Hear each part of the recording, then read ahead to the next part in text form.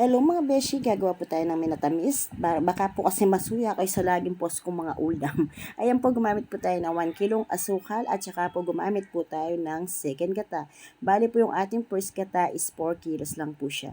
Tapos mga beshi, gagamit po tayo ng ebap. Ayan, binubos na po natin yung ating ebap at saka po natin sisimutin ng gusto. Sayang naman kasi. Tapos mga beshi, ayan po yung ating pangalawang ebap mga beshi.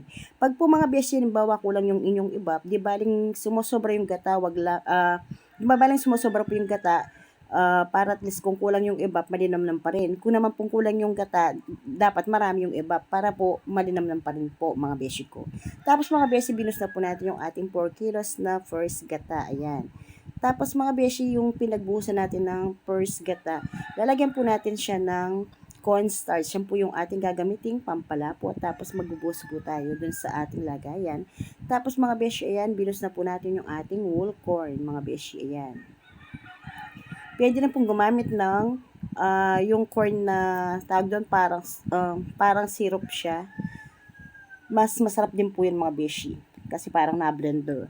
And then mga beshi, ayan, habang pinapakulo po natin siya dahil kumukulo na po siya, binus na po natin yung ating sineparadong may cornstarch para po mag-start na po yung ating paghahalo na pagpapalapot sa ating creamy maha blanca mga beshi. Ganyan po yung style ko. Hindi ko po sinasabay yung cornstarch na tinitimpla and then hinahalo ng sabay na hindi pa kumukulo. Ang akin po, pag kumulo na po yung akin nilagay ng mga liquid na gata at saka ebap at saka yung pasangkap, dun ko po bubuhos yung ating pampalapot.